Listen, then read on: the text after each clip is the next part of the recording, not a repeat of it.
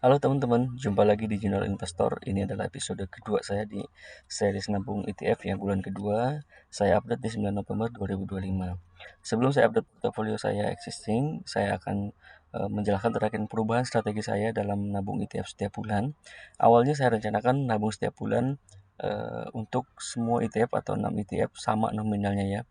Jadi setiap bulan rutin di tanggal 1. Namun setelah melihat histori transaksi saya, dua kali transaksi saya ini transaksi saya terakhir ya 3 November 2025, 6 transaksi masing-masing $50. Nah, itu ternyata commission fee-nya adalah $0,5. Artinya $0,5 dari $50 1% gitu ya.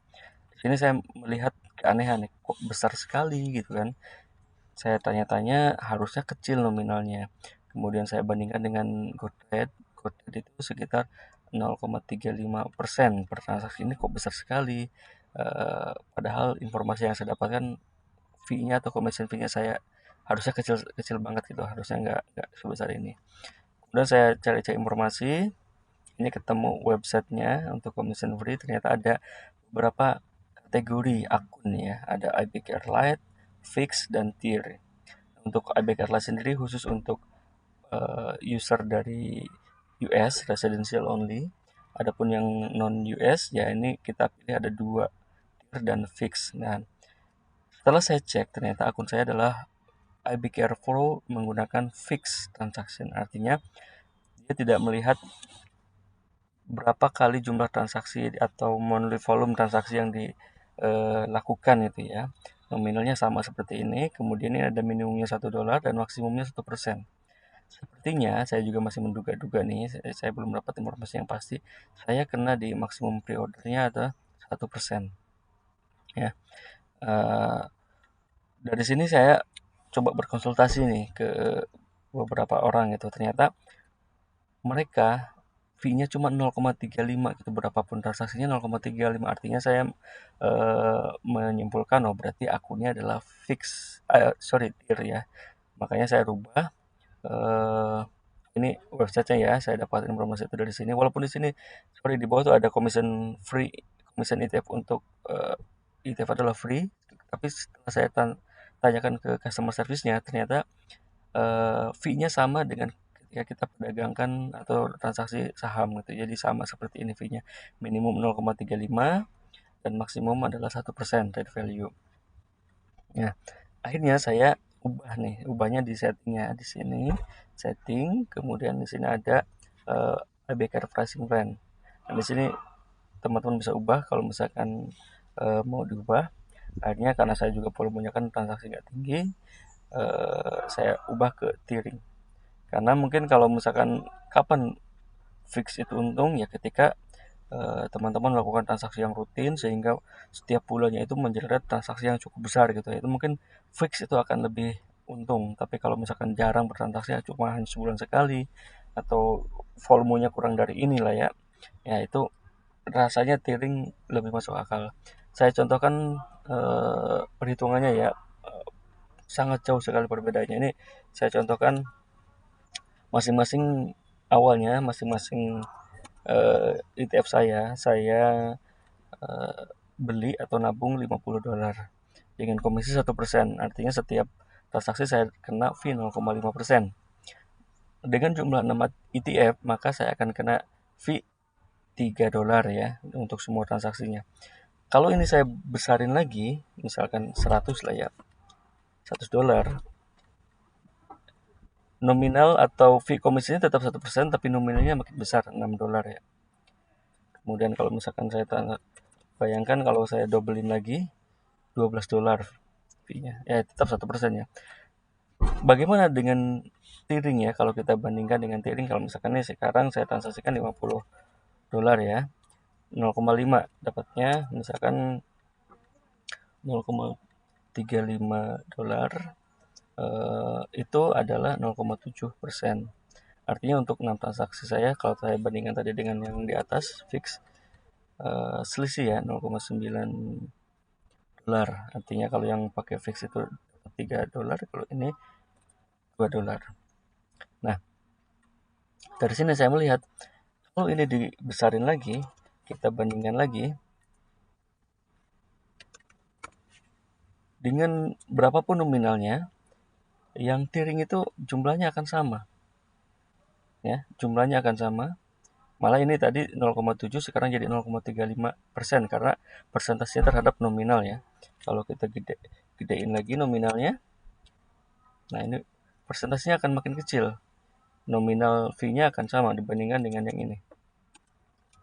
Bandingkan $12 dengan $2. Nah, seperti ini ya teman-teman. Apalagi kalau misalkan teman-teman 1000 misalkan ya, $1000. Bandingkan $60, besar sekali ya. Ini presentasinya makin kecil. Inilah yang mungkin influencer bilang fee transaksinya kecil banget di IBKR karena mereka transaksinya besar, $1000, $2000 mungkin ya. Jadi fee-nya ya cuma 0,04% alias $2. Bandingkan dengan yang fix ini ya besar sekali. Kalau dibandingkan dengan yang GoTrade $0,35, ya tentu akan lebih besar ya. Ini 0,4, di GoTrade 0,35%, sorry 0,35%, ini jatuhnya hanya 0,04%. Nah, maka dari sini, bagaimana kalau kita kurangin transaksinya? Ini kurangnya 3, ini kurangnya 3 juga. Nah, bisa terbayang ya teman-teman ya, jauh banget. $1000 hanya 3, yang bawah hanya $1, yang atas $30. Berhubung saya budgetnya hanya $300, mau nggak mau saya coba akan rotate. Masing-masing ETF saya belanjakan cuman 2 bulan sekali, berarti jatuhnya 6 ETF kan ya, jadi ganti-gantian nih. 3 ETF $100, maka fee-nya adalah $1 untuk total ya, total 3 transaksi. Bandingkan dengan yang atas, $100 untuk 3 ETF, pembeliannya masing-masing $100, kena fee-nya ada $3. Persentasenya yang atas 1%, yang bawah 0,35%. Itu ya teman-teman ya, jadi lumayan, itu penurunan fee-nya lumayan sekali. Itu mungkin baru saya dapatkan, oh iya kecil banget. Kalau satu, transaksinya tidak terlalu banyak, yang kedua, nominalnya besar. Kalau nominalnya kecil, kemudian transaksinya banyak sekali, misalkan ya, ini saya transaksikan $25, transaksinya ada 10. Bandingkan dengan ini $25, transaksinya ada 10 juga. Malah lebih besar yang bawah. Kenapa? Karena yang atas kan udah fix 1%. Artinya 1% dari $25 artinya 0,25. Tapi yang bawah adalah nominal 0,35. Artinya transaksi itu 1,4%. Sehingga yang bawah akan lebih banyak. Ya, kalau teman-teman akan menabung jumlahnya kecil, ya, maksudnya budgetnya kecil, ya transaksinya jangan terlalu banyak, gitu ya. Jadi supaya untuk mengurangi fee-nya tadi. Jadi kalau tadi saya awalnya $50, saya akan naikkan menjadi $100 per ETF, tapi per bulannya hanya 3 ETF. Jadi akan saya rotate 3, misalkan bulan Januari 3 ETF ABC, Februarinya DEF. Begitu ya teman-teman. Jadi akan ada perubahan dari sisi strategi nabung saham saya. Kemudian kita lanjut ke portofolio saya ya saat ini. Portofolio saat ini tidak begitu menggembirakan. Di minggu ini terjadi penurunan yang lumayan. Sebabnya macam-macam ya teman-teman. Kalau kita baca berita ada yang menuliskan bahwa itu akibat dari pemilihan wali kota di New York ya. Itu yang terpilih adalah dari Muslim. Kemudian Trump tidak suka terhadap hasil pemilihan itu, sehingga mengancam akan mengurangi atau bahkan mencabut kalau di ini APBD-nya lah ya, kita akan mencabut atau mengurangi APBD ke New York gitu ya. Nah, sehingga apa yang terjadi di sini, porto saya merah teman-teman ya saat ini. Ini hampir semuanya minus ya. Minus 0,8, min 2, min 1, min 2. -1. Oh, di sini juga terlihat ya portofolionya. Kenapa orang menyebut QQQ, SMA itu, kalau di video saya sebutkan itu pertumbuhan tinggi ya, karena dia volatile ya. Ketika dia naik bisa naik lebih tinggi, ketika turun pun terlihat turunnya jauh lebih tinggi juga dibanding yang lain. Dibanding SCHD, kemudian dibanding SPYI, VOO, nah, SMH minus $2,25, QQQ minus $2,07 ya. Jadi kalau di sini unrealized-nya adalah min $9. Padahal di video saya sebelumnya itu kan atau di short video itu saya sudah plus minus sekitar $6. Jadi artinya dalam seminggu ini turun sekitar $15. Saya rugi $15, tadinya udah plus $6, $8.